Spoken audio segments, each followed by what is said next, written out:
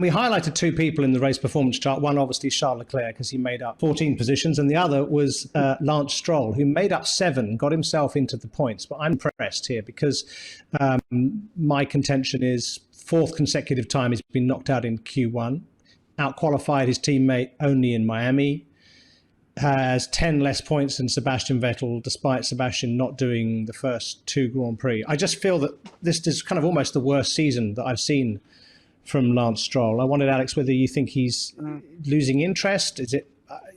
I just don't get it, really. Yeah, well, let's not forget, he's still a really good driver. Huh? When he won that F3 championship, he was amazing.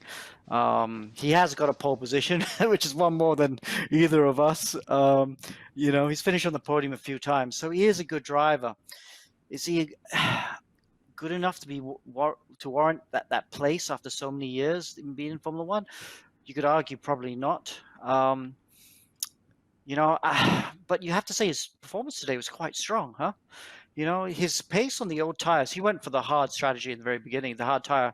And you saw Bottas, I think it was Bottas, and then Zhou came up against him, and they just couldn't get past him. And this was when the tire was very worn. And I was very surprised by this. And somehow Stroll had done such a good job in the first half of the race that even when the tire was worn, he still had enough there that he could stay in front of the Alfa Romeos. And that was really impressive. So he has not had a good year, but today, yesterday, he had a really strong race. Fair enough. Would you agree with that, Bob?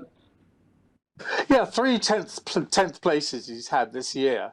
So he's got 3 World Championship points. And as you say, not the greatest season, but it hasn't been the greatest season for Sebastian Vettel either. It hasn't been the greatest season for the team, full stop. It hasn't been easy for them. They've got, of course, the modifications that came in Barcelona, I think, and they're still getting on top of those modifications. They still really haven't tested that much, those modifications, that big upgrade that came in Barcelona. So they're still working on that, and I think Vettel is doing the same thing. So I think it's a little bit different. I know everyone looks on Stroll as being this, the rich kid who's only there because Daddy has bought the company. There's a little bit of that, but as Alex was saying, he did win the Formula 3 championship, and that's not an easy thing to do. So he did certainly deserve his place in the team at that time. Whether he still does is beginning to be questioned, just as you did question there, Matthew.